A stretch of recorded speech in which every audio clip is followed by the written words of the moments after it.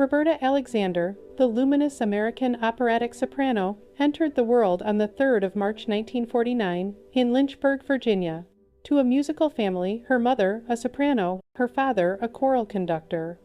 By age 2, they moved to Yellow Springs, Ohio, where melodies from her parents' performances shaped her destiny. She studied at Central State University and the University of Michigan, then at 23, headed to Amsterdam's Royal Conservatory under Herman Woltmann, forging a path to global stages. Heartbreakingly, on the 14th of October 2025, at 76, Alexander died in Amsterdam from septic shock and multi-organ failure, stemming from a spinal injury. The opera world mourned a voice of unmatched passion. As a lyric soprano, her profession fused raw emotion with flawless technique, animating heroines like Mozart's Countess, Almaviva, and Elettra. Debuting in 1975 at Dutch National Opera, she soared to stardom, creating roles and starring at the Met from 1,983 to 1,991 inches. Zerlina, Bess, Genufa, and more. Collaborations with Harnoncourt, Levine, and Rattle, plus orchestras worldwide, defined her impact as a black trailblazer. She championed diversity. Milestones gleamed. 1,980 USS. Debut as Pamina in Houston, 1981, Daphne in Santa Fe. London's Mimi in 1984. Vienna's Donna Elvira in 1986. Glyndebourne's Genufa in 1989. And 2004's Hannah Pitt premiere in Paris. Into her 70 seconds, she shone at La Scala and Covent Garden. Her legacy? A beacon of expressive artistry, bridging American fire and European elegance. Recordings like Mozart arias and Handel's Theodora endure, while her teaching at Wigmore Hall inspires successors. Alexander shattered barriers, leaving an eternal echo of profound depth and resilience. Penelope Milford, born on the 23rd of March 1948 in St. Louis, Missouri, Penelope Milford grew up in Illinois with her brother Kim, also an actor who died young at 37. A graduate of New Trier High School, she nurtured her passion for performance in the Midwest, setting the stage for a remarkable journey in theater and film. As an acclaimed American actress, Milford's career spanned 1968 to 2013, blending Broadway grit with screen depth. She debuted on Broadway in 1972's Lenny, then shown as Jenny in the 1975 Tony-nominated Shenandoah, earning a Drama Desk Award for Best Featured Actress in a Musical. Her film entry was 1977's Valentino, but 1978's Coming Home defined her. As Vi Munson, the war-torn wife, she nabbed an Oscar nod for Best Supporting Actress and a Photoplay Award as Favorite Female Newcomer. The 80 Seconds brought cult hits like Heather's 1989 as the sharp counselor, plus Emmy wins for The Oldest Living Graduate, 1980, and Rosie, the Rosemary Clooney Story, 1982. Her work captured war's toll, fame's edge, and quiet strength, shaping character-driven tales for decades. Key milestones included her Shenandoah breakthrough, the 1979 Oscar nomination at 30, Valentino's Splash, and a 2013 stage return in A Kind of Alaska. Tragically, on the 14th of October 2025, Milford passed in Saugerties, New York, at 77. The cause remains private. Milford's legacy glows as a champion of nuanced roles, her coming home vulnerability echoing alongside Jane Fonda's win, while Heather's seals her in 80 Seconds satire. Nominations and Emmys highlight her influence on supporting stars, proving grit lights Hollywood's fringes. Penelope embodied American resilience, her spotlight dims, but her spark endures. Arif Erkin Güzelbeyoğlu. In the vibrant city of Gaziantep, Turkey, on the 11th of September 1935, Arif Erkin Güzelbeyoğlu entered the world, born into a Turkmen family of the Güzelbezade tribe. His early spark for the arts ignited at Gaziantep High School, where he landed a lead role in Molière's Hypochondriac in 1950. Moving to Istanbul, he studied architecture at Istanbul Technical University, mastering the violin and singing as a soloist on Istanbul radio, blending intellect with passion. A true polymath, Güzelbeyoğlu's profession encompassed architect, musician, actor, and bureaucrat. For 30 years, he served in Istanbul municipality's urban planning department, reaching deputy technical president in Beşiktaş, while secretly fueling his theater dreams. His acting debut shown in 1964's Dira Clara Rossi at Gülriz Sururi Engin Cesar Theater, where he starred and composed the score. As a founding member of Dostlar Tiyatrosu in 1969, he scored every early production, showcasing his multifaceted genius. His career highlights redefined Turkish arts. Composing for Yılmaz Güney's Umut 1970 earned him the 1969 Adana Golden Orange Best Music Award, a pivotal milestone.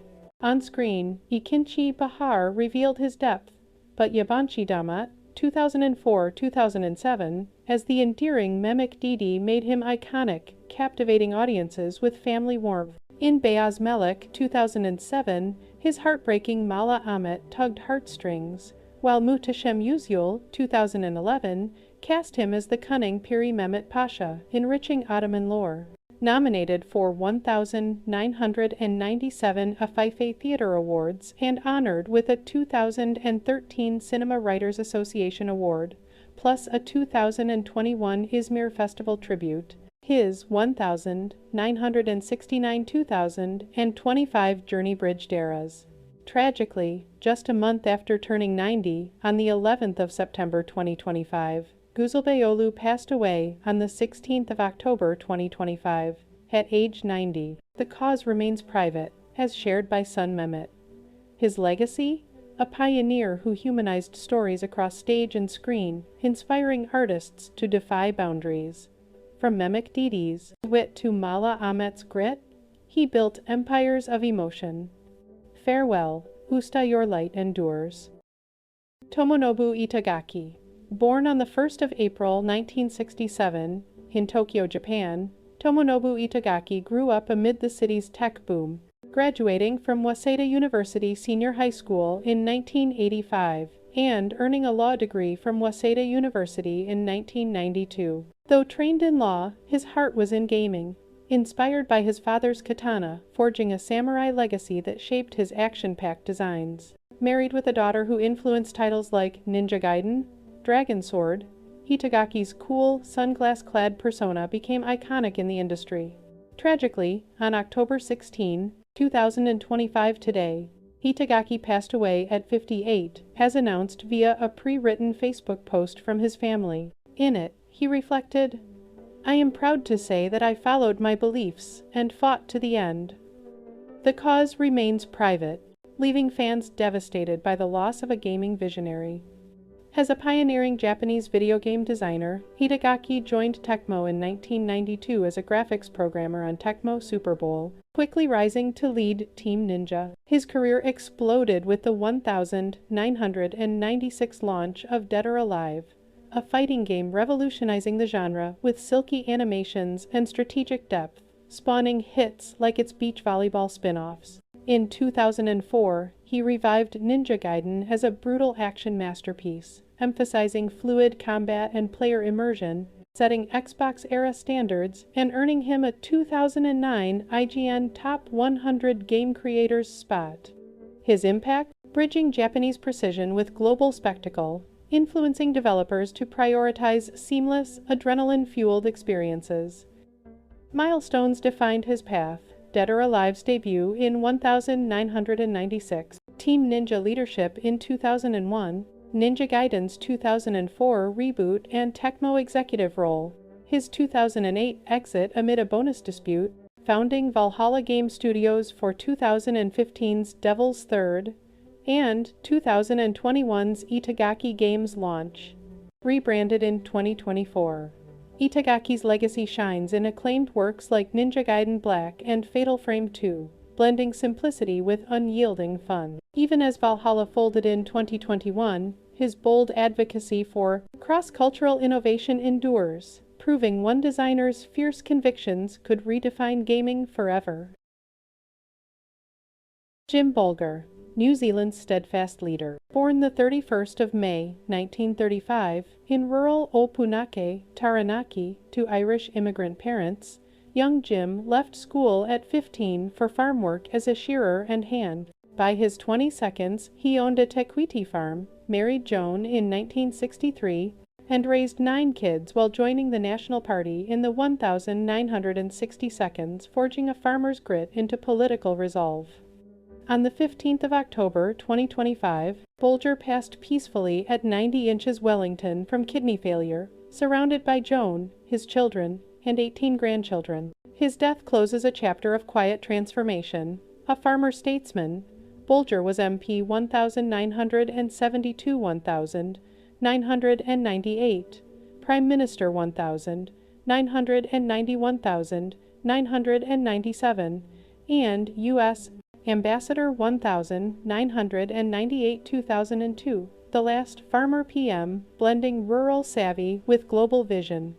His career ignited economic revival. The 1990 Employment Contracts Act spurred growth amid crisis, slashing deficits and reforming welfare for work-focused aid. Socially, he advanced Treaty of Waitangi settlements, healing Maori relations, and championing bicultural equity.